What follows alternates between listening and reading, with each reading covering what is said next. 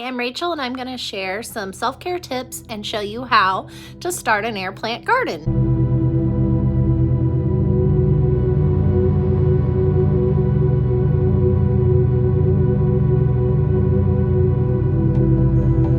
So in your kit, you are going to receive some little plants that look like this, and they're so cute.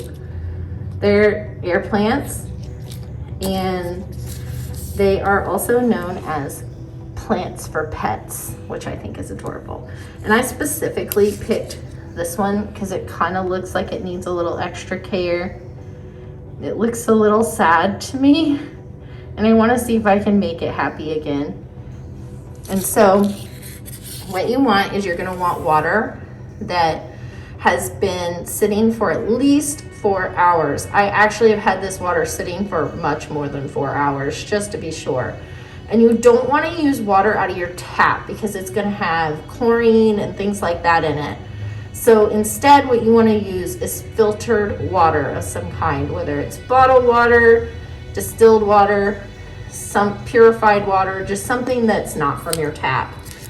And you just take your air plants and dip them in the water, and I'm going to leave them there 30 minutes.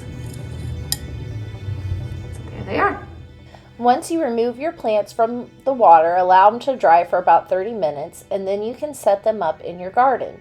You can use the little jar you were provided with, and you can also use shells or rocks, any kind of little thing that you want to set your plants on to make them look pretty. I put mine on some crystals that I had. Receive a card that looks like this in your kit, and it tells you to spritz with water 3 times a week for your air plant. And then after that, you put a positive thing to do each time you spritz your air plant to help with your mental health.